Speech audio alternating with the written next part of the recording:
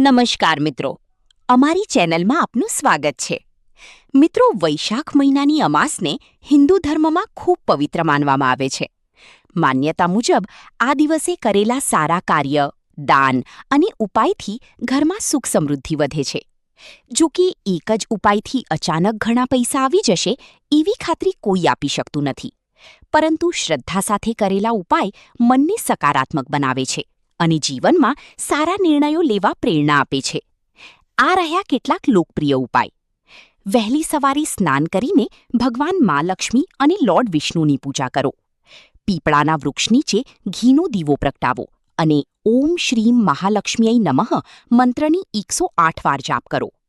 ગરીબ લોકોને અનાજ, કપડાં અથવા દક્ષિણાનું દાન કરો. ઘરની ઉત્તર દિશામાં લાલ કપડામાં 11 કોળિયા અથવા 1 રૂપિયાનો સિક્કો રાખવો શુભ માનવામાં આવે છે. સાંજે ઘરમાં કપૂર અને લવિંગનું ધૂપ કરવાથી નકારાત્મકતા દૂર થાય છે એવી માન્યતા છે. ઘરમાં સ્વચ્છતા અને શાંતિ રાખવી સૌથી મોટો વાસ્તુ ઉપાય માનવામાં આવે છે.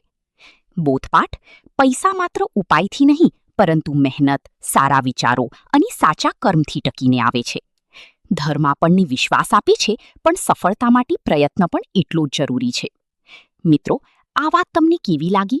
કોમેન્ટ કરીને જરૂર જણાવજો. ચેનલને સબસ્ક્રાઇબ કરવાનું ભૂલતા નહીં. ફરી મળીએ આવી જ વાતો સાથે. ત્યાં સુધી આપ સૌનું ખૂબ ખૂબ આભાર.